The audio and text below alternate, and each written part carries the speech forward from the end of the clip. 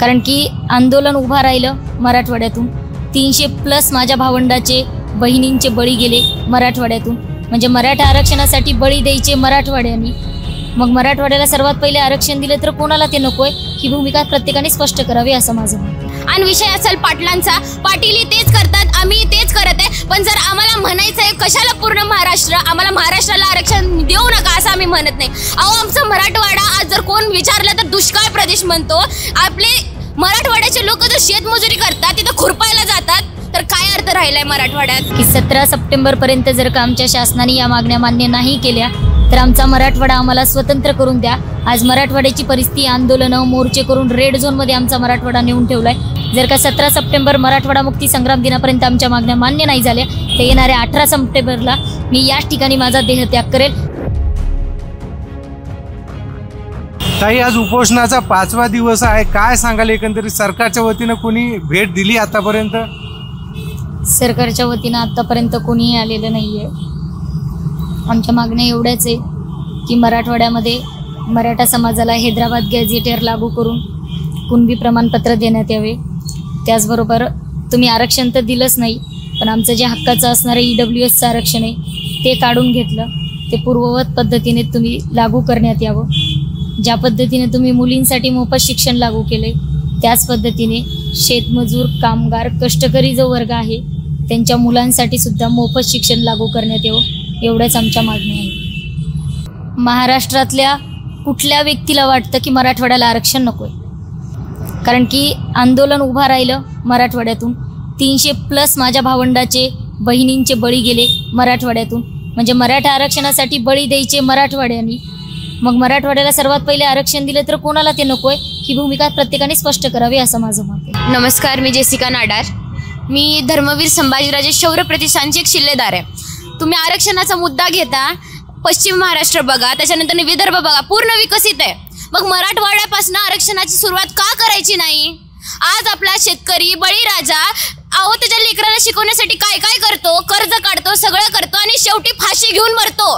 जर आमचं EWSचं आरक्षण आम्हाला भेटत नसेल, आमच्या हक्काचं आरक्षण भेटत नसेल, तर आम्ही मराठा होऊन काय करायचं? आमची चूक झाली का इथं जन्मून? हा प्रश्न मला शासनाला विचारायचा आहे. आज रीतसर मागणी असून निवेदन देऊन सुद्धा आमचे सगळे मावळे जर आज शासनाच्या तुरुंगात असतील तर आम्ही निवेदन देऊन आणि तुमची परमिशन घेऊन काय चुकलं आमचं? की 17 सप्टेंबरपर्यंत आज महाराष्ट्रात जे काही मावळे आहेत ते शांत आहेत. 17 सप्टेंबर नंतर एक दिवस ही कुठलाही मराठा शांत बसणार नाही. आणि विषय असेल पाटलांचा, पाटील तेच करतात, आम्ही तेच करत आहे. पण जर आम्हाला म्हणायचं आहे कशाला पूर्ण महाराष्ट्र, आम्हाला महाराष्ट्राला आरक्षण देऊ नका असं आम्ही म्हणत नाही. अहो आमचं मराठवाडा आज जर कोण विचारलं तर दुष्काळ प्रदेश म्हणतो.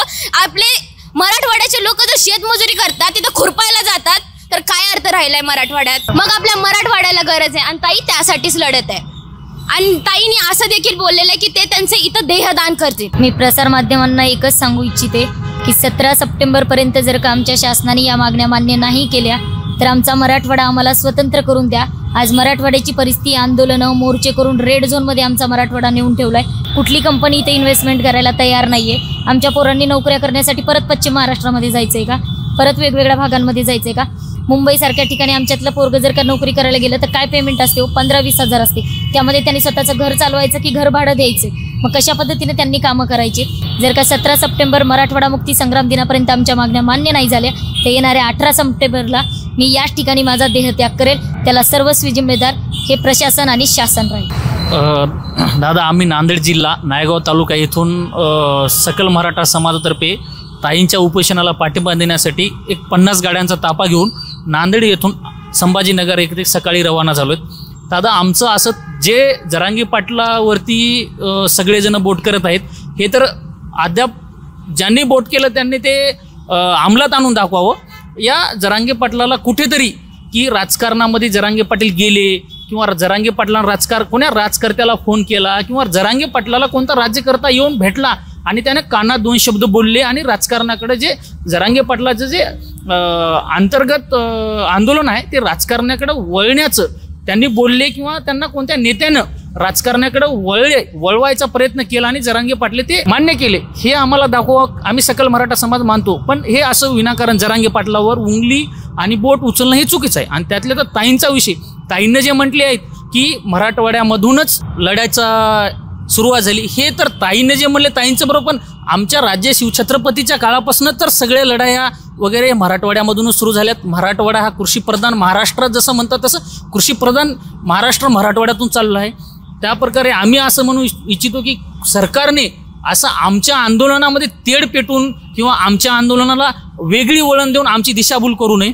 आमचं जरांगे पाटलांचं या ताईंचं उपोषण जे आहे ते फक्त आम्हाला आरक्षण आणि ते पण कुणबी प्रमाणपत्राद्वारे किंवा आमचं ओबीसीमध्ये विलीन करणं हे आमचं एवढंच दादा मागण्या आहेत. बाकीच्या याच्याविषयी आम्ही उपोषण करते किंवा आम्ही सकल मराठा समाज राजकारणाविषयी काही बोलू शकत नाही अद्याप. लोकांनी नाहीतर हे आम्हाला मराठा समाजाला वेगळ्या मार्गाला पेटवण्याचे राजकर्ते काम करत आहेत.